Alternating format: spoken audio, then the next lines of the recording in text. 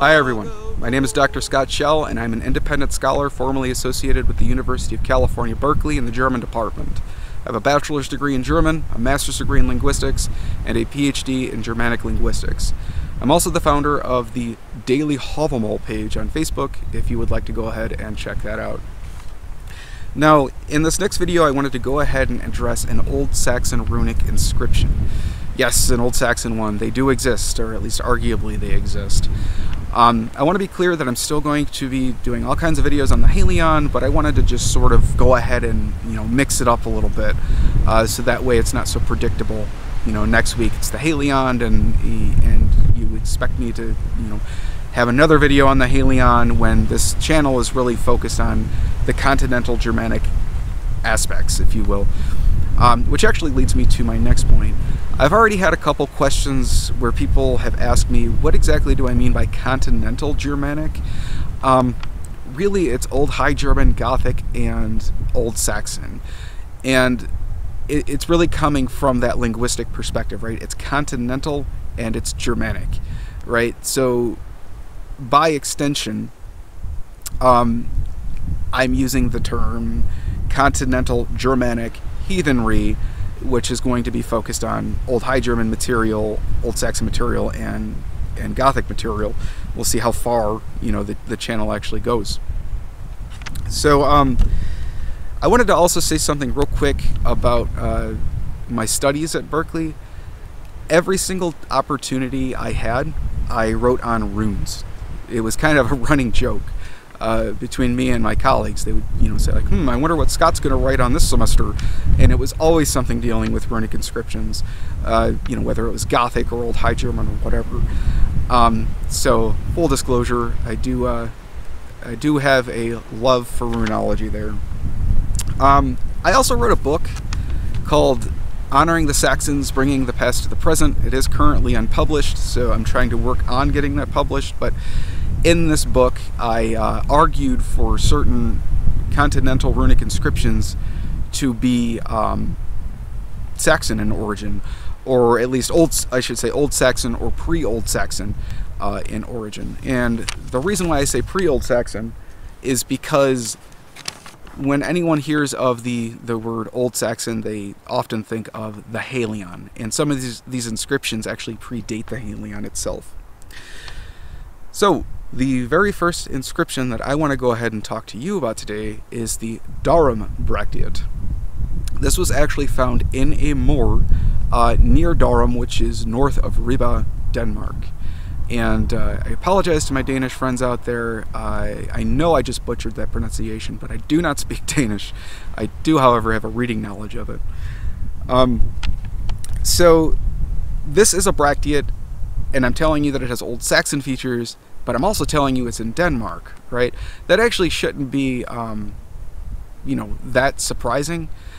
These Bracteates were transferred, all over the place, or transported, rather, all over the place. So it's not really a shock there to find it in an area which is, just north of what we currently understand as Saxon territory.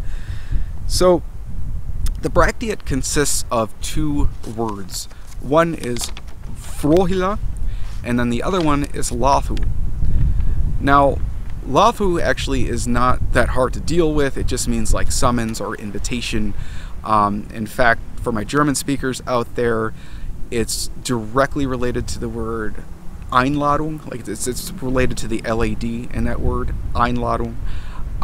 So it's not that difficult to deal with. However, Fro is what I'm after for in the discussion here. So, Fro here, which means Lord, is a direct reflex of Fraujan. Compare this to Old Norse Freyr, which is Lord, and Old Saxon Fro. So, in Old Saxon, you have this long O, whereas in Proto-Germanic times, so this was actually a diphthong. It was AU. And so what happened systematically in Proto-Germanic, from Proto-Germanic, into Old Saxon is that you had this consistent shift of AU shifting to this long O. And so you can see this, for example, in Old Saxon Olga, Olkjan, and even Olk. So that is our big argument right there, that this particular bracteate is Old Saxon in origin, is that shift that you see to that long O. The H isn't really doing anything here. It's what's called like a hiatus breaker. So essentially what the Rune Master was trying to do was create this hiatus, like I was saying, this hiatus breaker, to where he's telling us that this is not a diphthong between the O and the I. Essentially, it's just creating like a vowel boundary right there. So again, it's just not really doing a whole lot. You know, for our purposes, it doesn't really mean anything, unless you want to start getting into prosody and linguistics. But again, for our purposes in this channel, it's not doing much. There is a runic scholar out there by the name of Elmer Antonsen, fantastic phonologist, or I should say was out there. Unfortunately, he passed away.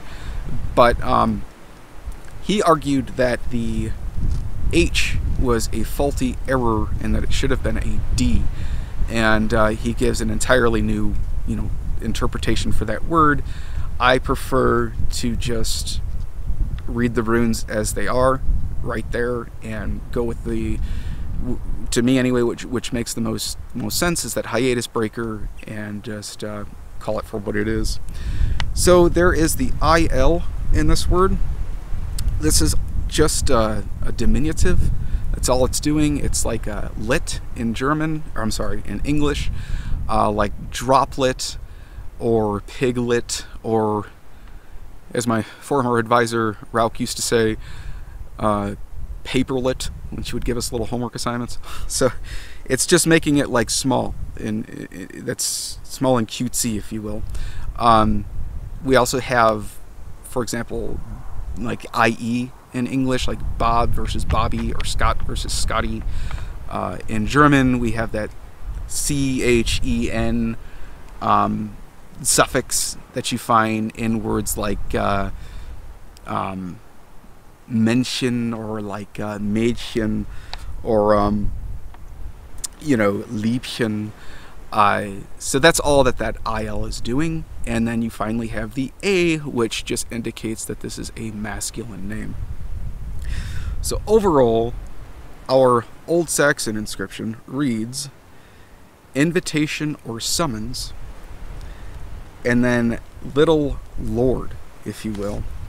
So the little here may be used in the sense of like a newbie or a neophyte of some sort. So given the military title, like lord, that we're talking about here, this might actually be placed in an initiatory context for this man to be, essentially welcomed into the warband, right? Initiated into the warband, if you will. So, alright, well, that's all I wanted to talk about today. I know the video is a little bit shorter, but I wanted to give each runic inscription its own due, right? So I'm going to have more Old Saxon runic inscriptions to follow, and if you also have any, inscriptions that you want to discuss, maybe you're curious to say, hey Scott, is this more of an Old Saxon runic inscription? Just drop it down in the comments below, and I'll take a look at it. And maybe it is, maybe it isn't. Maybe it's got Frankish influence. I don't know. Yeah, so that's pretty much all I wanted to talk about today, and I'll be following up with another video next week, of course. And I'm wishing you all a pleasant day. Make sure you like the video, subscribe, and leave any comments below. Take care.